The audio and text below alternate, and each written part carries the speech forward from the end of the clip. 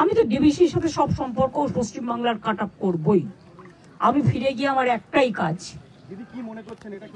পুরো জল ছাড়া বৃষ্টির জন্য এই বন্যা হয়নি। This is not for rain. Yes, 4-5 days there was a rain, but we can tolerate that. We have so many infrastructure and system, but I cannot tolerate, people cannot tolerate more than 5 lakh cubic water what has been released from DBC and other area.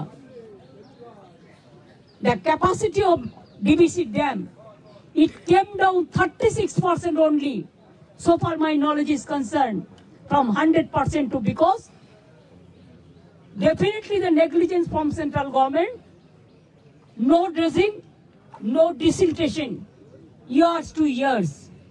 And we are fighting the battle every year. Why Bengal people will fight the battle? They said, let the Jharkhand be saved. I said, yes, Jharkhand be saved. Bengal must be saved also. I cannot protect you instead of my people.